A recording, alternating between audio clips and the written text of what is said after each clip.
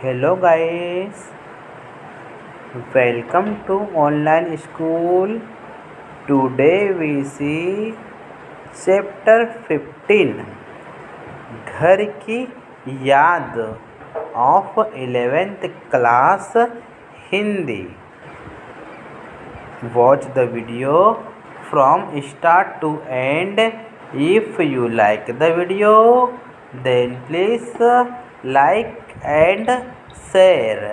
आइए हम चैप्टर 15 घर की याद का सॉल्यूशन कर लेते हैं। ठीक है, घर की याद के राइटर है भवानी प्रसाद मिश्र। ठीक है, इसमें हम पहले क्वेश्चन आंसर डिस्कस कर लेते हैं। फर्स्ट क्वेश्चन दिया गया है, पानी की रात भर गिरने और प्राण मन के घिरने में परस्पर क्या संबंध है। ठीक है, पानी के परत भर गिरने और प्राण मन के घिरने में परस्पर क्या संबंध है, इसका आंसर देख लेते हैं। पानी के रात भर गिरने और प्राण मन के घिरने में परस्पर संबंध कवि की बीती स्मृति और उससे होने वाली पीड़ा से है। ठीक है, पानी के रात भर गिरने और प्राण मन के घिरने से परस्पर संबंध कवि की बीती स्मृति और उससे होने वाली पीड़ा से है। पानी के लगातार बरसने के कारण कवि को अपने घर परिवार के सदस्यों की याद आ गई। ठीक है, पानी के लगातार बरसने के कारण कवि को अपने घर परिवार के सदस्यों की याद आ गई। कवि को परिवार के सदस्यों के साथ बिताए गए खुशी के उन पलों की याद आ गई जो उसने कभी उनके साथ रहकर बिताए थे। ठीक है, जो कि उसने कभी उनके साथ रहकर बिताए थे।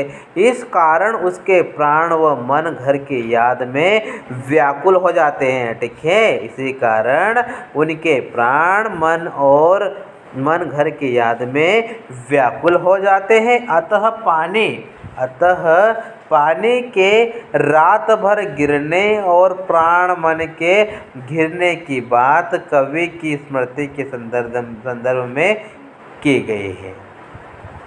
नेक्स्ट क्वेश्चन देखते हैं, मायके आई बहन के लिए कवि ने घर को परिताप का घर क्यों कहा है। मायके आई बहन के लिए कवि ने घर को परिताप का घर क्यों कहा है, इसका आंसर देख लेते हैं। बहन जब घर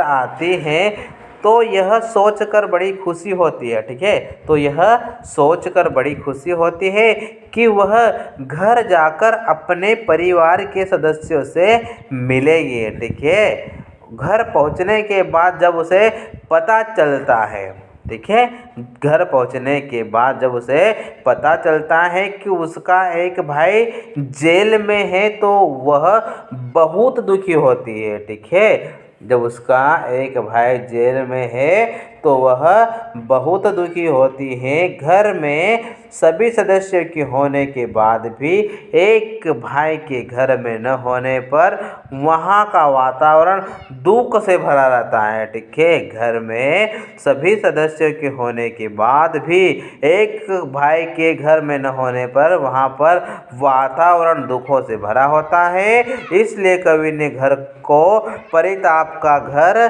कहा है। ठीक है, नेक्स्ट क्वेश्चन देखते हैं, क्वेश्चन नंबर 3, पिता के व्यक्तित्व की किन विशेषताओं का उकेरा गया है। पिता के व्यक्तित्व की किन विशेषताओं को उकेरा गया है, इसका आंसर देख लेते हैं। इस कविता में कवि ने अपने पिता की अनेक विशेषताओं को उकेरा है। ठीक है, इस कविता में कवि ने अपने पिता की अनेक विशेषताओं को उकेरा है। कवि के पिता नित्य व्यायाम करते हैं। ठीक है, कवि के पिता नित्य व्यायाम करते हैं।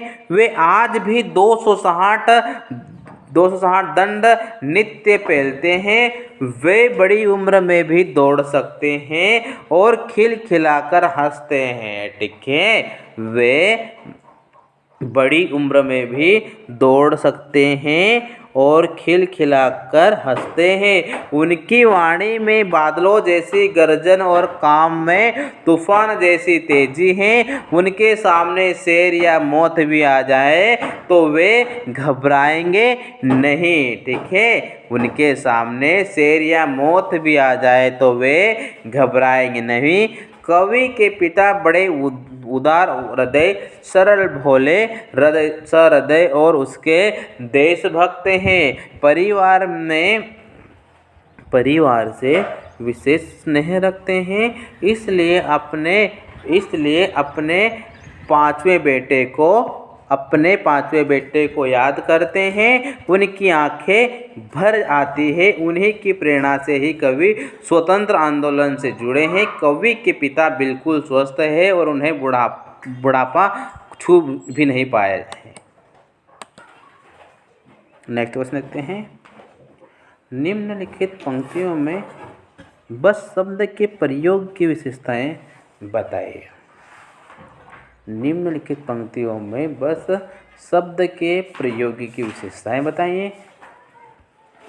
मैं मज़े में हूँ सही है, घर नहीं हूँ बस यही है, किंतु यह बस बड़ा बस है, इसे बसे से सब विरस हैं।